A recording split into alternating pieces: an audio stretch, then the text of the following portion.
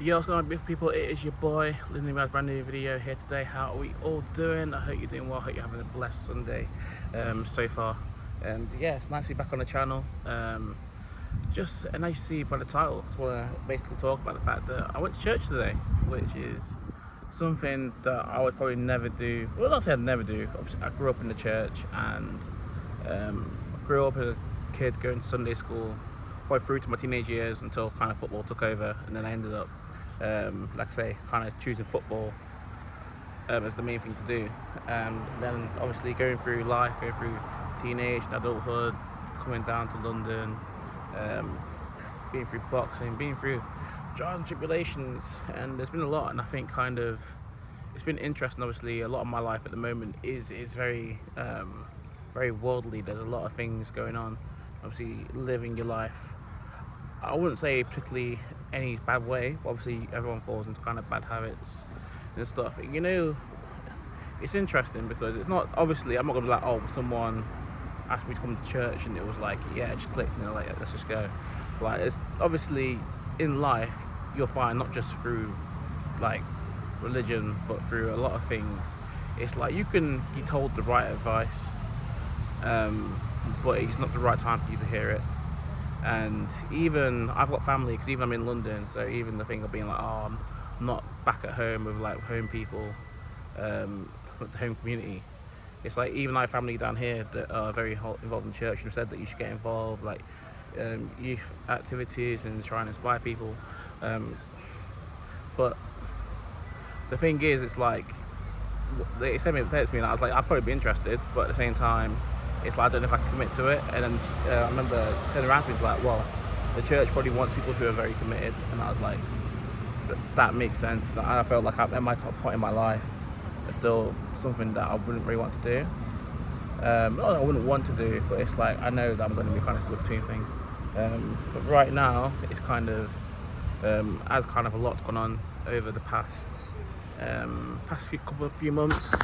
Obviously, boxing and just end of uni and London life and the way everything gets so busy. We've had financial struggles, we've had personal struggles.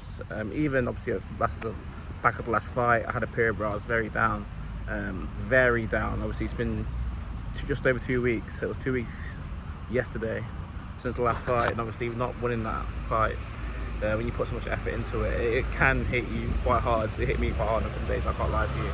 And then to literally meet someone at the right time, and the thing, you know, the way I knew that like it was the right time to come to church, it was the fact that we just went out. I think we were going out for a run at the time, and like I brought up church. Like it wasn't like this girl would like go to church, but like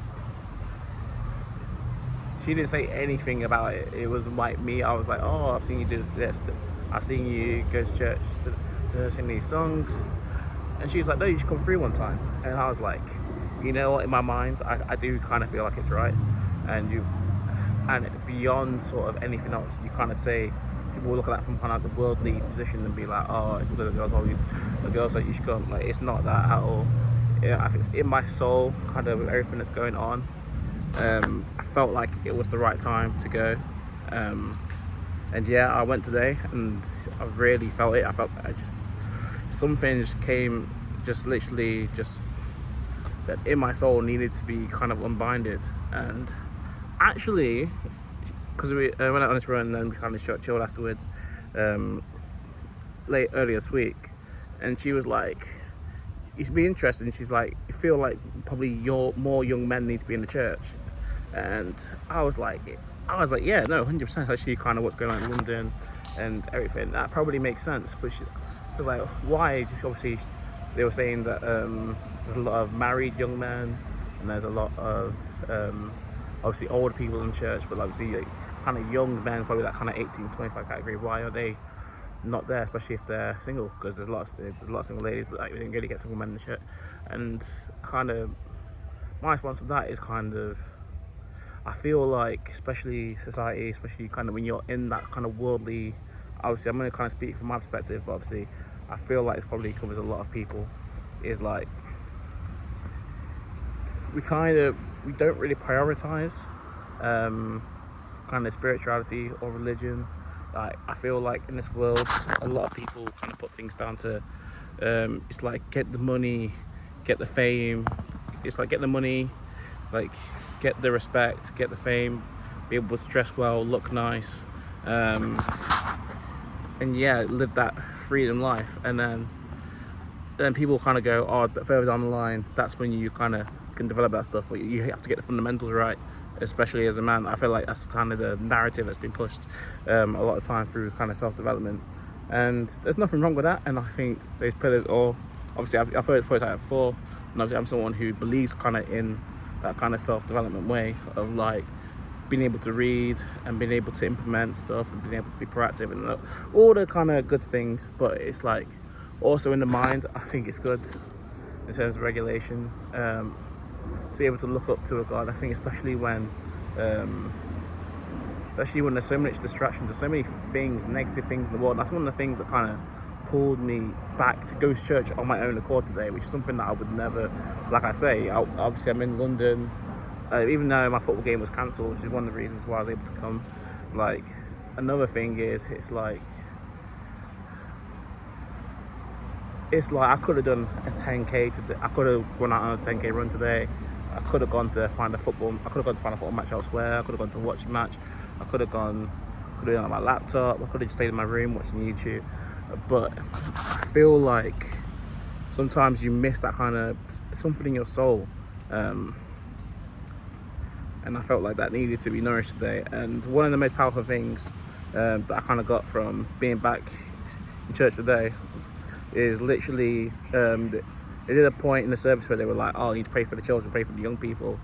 And like it nearly made me tear up, because I was literally thinking about, like, obviously my grandma and granddad aren't here anymore, unfortunately passed away, but especially kind of, I remember my granddad, like obviously when I was going to Sunday school, obviously a lot of times he'd like pick us up or we'd drive there and obviously go back to front. And I'm thinking all the times that my granddad prayed over us, and how many times my granddad, my grandma, and my mum and everyone else in that kind of church they probably made prayers for us as a kid. And I kind of think as an adult, although sometimes I've not made the greatest of decisions, sometimes that I've been in bad situations, and so far everything's turned out okay. Nothing's really been that bad, nothing that's been insurmountable. And I think that one of the reasons where I never even thought of it that way is because my granddad was always praying for me, my grandma was always praying for me, my family were always praying for me. And that is crazy. I didn't even think of that as like a thing. And I don't think a lot of you, if you're not in church, you wouldn't even think about the amount of people who have probably been praying for your success and your safety. It's wild. Like it really like even now I can feel a bit of fear coming on. But yeah, so that's kind of the biggest message I took away. And the other thing, which I'll kind of be a bit more honest about, is that I actually had a dream. I was kind of in a bad place yesterday, once again, and I went for like a short nap, and I had kind of a very vivid dream. And I was in a house, and I knew there was people around me, but I didn't know their faces. And basically, in this house, there was like smoke going on. So like, you know, at the start of the fire, there's smoke, there's gas in the air, but I don't know where from. And instead of like going out and then extinguishing the smoke, sorry, the fire's not there, which is important. But instead of extinguishing the smoke, I kind of went for a shower. I kind of disregarded it. I was like, our fire alarms go off all the time. Came out the shower, everything seems okay. I'll go back to the kitchen, I see some smoke. But once again, I don't know where it's coming from. And I'm staying in this house, I'm expecting it's something serious. People will come, you're gonna hear fire alarms, you're gonna hear people coming in. But I stay in this kitchen, I don't know, I think I even started cooking. Like, I'm just blatantly ignoring all the signs. And I think I saw someone, but then I think I checked around the corner and they weren't there again. And then it's kind of, you got to a point where I woke up and I was like, and it just kind of hit me like, kind of the point of the story, the point of what my dream was, is basically that you can keep acting like there's nothing there. You can keep acting like things aren't negative. You can keep acting like everything's all right when you know they're not. But one day, especially if you know kind of fire safety, obviously you know gases can be dangerous if not lethal, and you know where there's smoke, there's probably going to be fire, and maybe you're hiding away from the fire. So you've really, it's like, lucky in my dream I had the chance to wake up, I had the chance to kind of think about it. But in my own life, if I'm so far away, if I'm so ignorant of the fire, if I'm not doing things to address it, if I'm not trying to live the right way, I'm not trying to be more healthy, if I'm not trying to kind of look through kind of my soul, and I'm trying to give more to the world, then the fire might catch me one day and it might be too late and things might go bad. And obviously, even with that, obviously it's kind of bad when you kind of like get to that and it kind of feels like that's the reason why you had to go back. But it's kind of, God put signs in your life. You meet someone, they tell you come down to the service, it's good to see you, and then you have that dream, and it kind of, yeah, and then you end up back here, you end up in church. And it was really good coming in. It was like a really good like gospel church like I'm used to like I went to back home. So it wasn't like an really awkward vibe. It was exactly what I was kind of used to. And yeah, no, it feels like everything sort of, it made sense while I was here. So yeah, I'm really happy that I actually decided to step out today and go to the church. And I'll definitely be going more over the summer. Like I say, football season's coming to an end now. Like, games keep getting cancelled every week, so I'll probably play one more game this season. And then from there, just literally training, and then coming to church, getting some kind of getting a good spirit, getting back into the praying. And yeah, because I feel even kind of through other periods in my life, I feel like I've been struggling to, at one point I was really dialed in on like meditation. I could meditate for like 10-20 minutes, but I feel like I can't do that at the moment. I feel like I'm more distracted than I've ever been.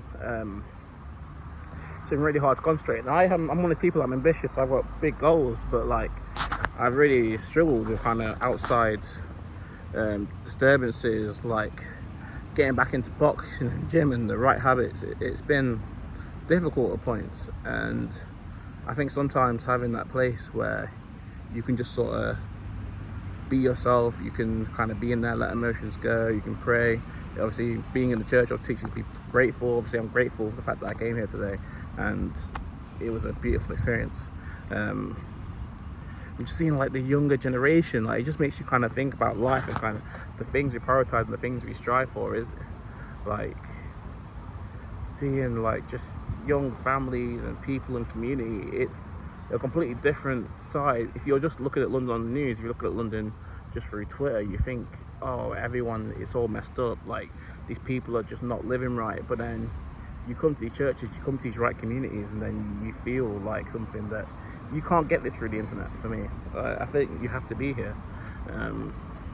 So yeah, no, 100%, I'm so grateful. I'm gonna go visit my family down in South London, and then I'm gonna train tonight. And yeah, really good. Like I say, hopefully it's not the last time. Maybe it's not something I'll probably update you every week that I go, but maybe once a month, maybe I'll check in with you guys. I'll let you guys kind of know where I'm coming from in terms of like my religion and kind of like spiritually where I'm at, where my head's at. But yeah, I thought this one, it was the first time back, and I really felt emotionally, I felt a lot from that. So I thought that was really important. But yeah, look at the sign, the sun's shining, man. I feel like even the glow, man, it's looking good. It's looking good, man. So yeah, I'm enjoying the sunshine that God's given us. God bless. I hope you all have a beautiful Sunday, and I'll speak to you all very, very soon. Thank you for tuning in. Cheap time, appreciate you guys tuning in, watching this one, and yeah, until next time, peace. Much love, God bless.